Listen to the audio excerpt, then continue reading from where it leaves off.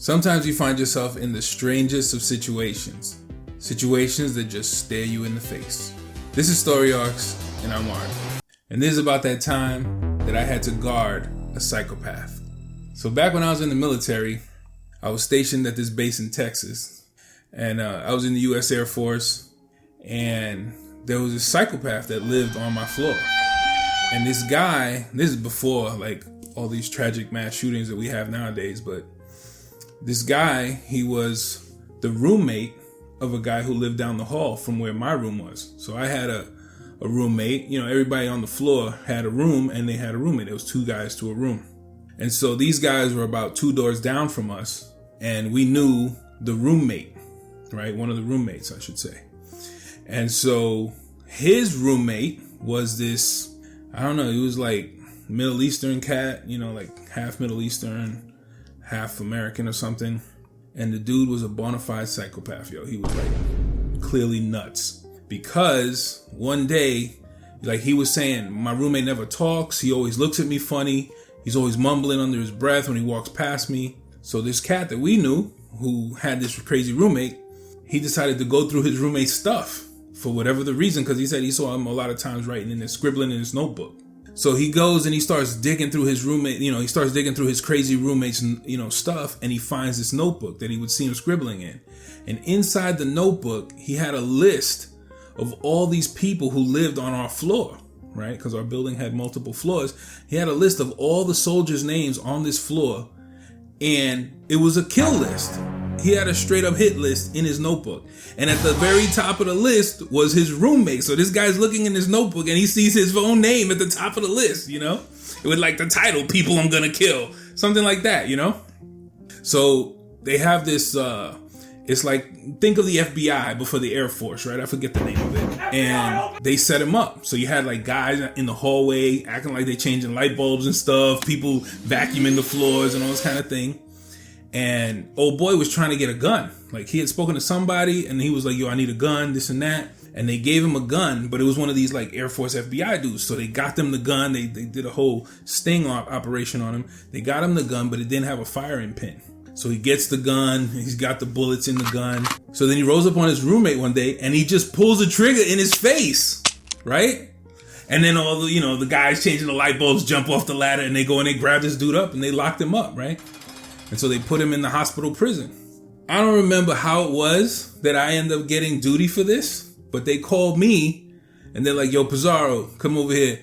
Yeah. You got to go serve time and keep this guy on lock.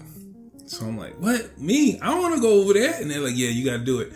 You got to spend 12 hours with this dude and you're going to guard him. Everybody's doing guard duty until we take him away to wherever it is. They're taking him. I don't know if it's Leavenworth. I don't know where he was going, but he was going away. He was going to prison for like a long time for attempted murder and stuff. And so the day comes that I got to go. I don't know. It's like a Monday and it's like a Wednesday that I got to go do this duty with this dude. I'm like, all right, so he's going to be in the room and I'm going to be out here, right? And they're like, nah, nope. You're going to be in the room with him, right next to him, and make sure he don't try and do nothing crazy. I'm like, what? Bruh. I was like, okay, y'all give me a gun? Like, what we doing, And they're like, no. Nope. If he starts acting up, you hold him down and you yell for help. I was like, oh, this is crazy. Do I get a stick? And they're like, no nope. Stick. It's just you and the dude, right? So I'm like, oh, man, okay. Let's go. So they're like, bring a book or something. This is, like I said, this is before cell phones. You ain't got, you're not playing Words with Friends or nothing like that on the phone while you watching this dude. So you're just basically sitting there. If you got a book, you're going to read your book. That's about it, right? And then the other thing was it's a 12-hour shift straight through. And mine was at night. So it started like 7 p.m. and I had to stay awake all night with this cat until like 7 in the morning. So I'm like, all right, fine, man, let's go, right? So I go and I guess I had some book with me, like a novel, a little book or whatever. But as you know, if you start reading a book, bro, you get sleepy. So I was just like, all right, I can't be reading this book. But when I go up in there, they're like, all right, Pizarro, this is, Sergeant Killer, let's call him, right? Sergeant Killer's there on the bed. And they're like, you're going to keep an eye on this dude.